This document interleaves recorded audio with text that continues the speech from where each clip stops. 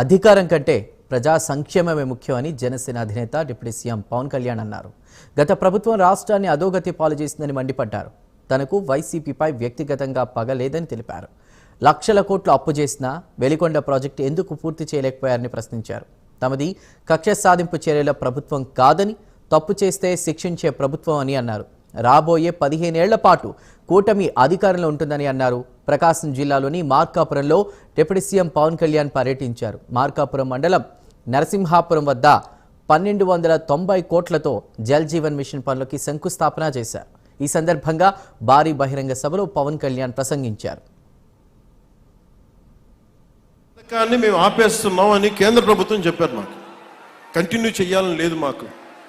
ఎందుకంటే నీళ్ళు ఇవ్వడం అనేది స్టేట్ సబ్జెక్ట్.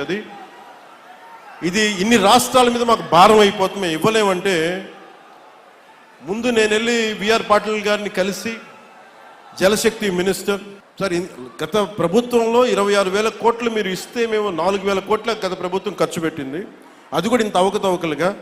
ఈ రోజున కనుక మీరు ఇవ్వకపోతే మాకున్న సమస్యలు విని మన ప్రకాశం జిల్లా వెలిగొండ ప్రాజెక్ట్ దగ్గర నుంచి మన పల్నాడు, అలాగే మనకి అనంతపురం, శ్రీకాకుళం ఎక్కడైతే ఉన్నాయో అన్ని దాదాపు మేజర్గా ఇవి మిగతా అన్నిటికీ అన్ని ఎక్కడైతే నీటి ఎద్దడి ఎక్కువ ఉందో వీటన్నిటికీ దాదాపు ఒక 83,000 కోట్లు 84,000 కోట్లు అవసరం అవుతుంది.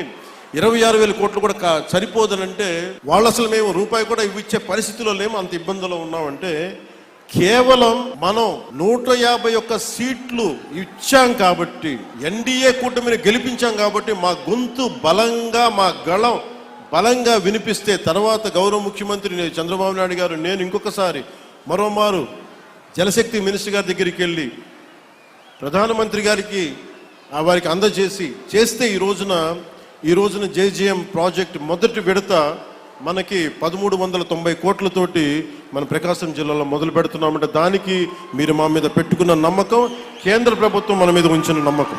గత పాలకులు మళ్ళీ గుండాగర్దీ చేయడానికో రౌడిజం చేయడానికో అలాంటి భావన మళ్ళీ ఉంది. మీకు తెలుసు కదా, రౌడిజానికి గుండాలకి గుండాగర్దీలకి బయటపడితే మన రాజకీయాలకు వస్తాం. కేసులు పెడతాం, వస్తే 29లో మేము అంతు చూస్తామంటే మీరు రావాలి కదా. మీరు ఎలా వస్తారో మేము చూస్తాం. నాకు వారి మీద, వైసీపీ నాయకుల మీద ఈరోజు చెప్తున్నాను, మొదటి నుంచి చెప్తున్నాను, వ్యక్తిగతంగా నాకు ఎవరి మీద కక్ష ఉండదు. మనస్ఫూర్తిగా నా గుండెల మీద ఆత్మసాక్షిగా చెప్తాను, నాకు ఎవరి మీద కోపం ఉండదు. కానీ మీరు సగటు మనిషిలో, ఈ దేశంలో ఉన్న సగటు మనిషికి, సగటు మధ్యతరగతి మనిషికి, సగటు రైతుకి, సగటు యువకుడికి, సగటు యువతకి మీరు కనుక భయభ్రాంతుల్ని క్రియేట్ చేస్తే దాన్ని ఎదుర్కొనే కదా ఇక్కడ దాకా వచ్చాం. మీకు 151 సీట్లు వచ్చినప్పుడు కదా, నేను 2 చోట్ల ఓడిపోయినప్పుడు కదా మేము ఎదుర్కొని బలంగా నిలబడింది. అంటే గుండెల్లో ఎంత దమ్ము ఉండాలి, రక్తంలో ఎంత వేడి ఉండాలి.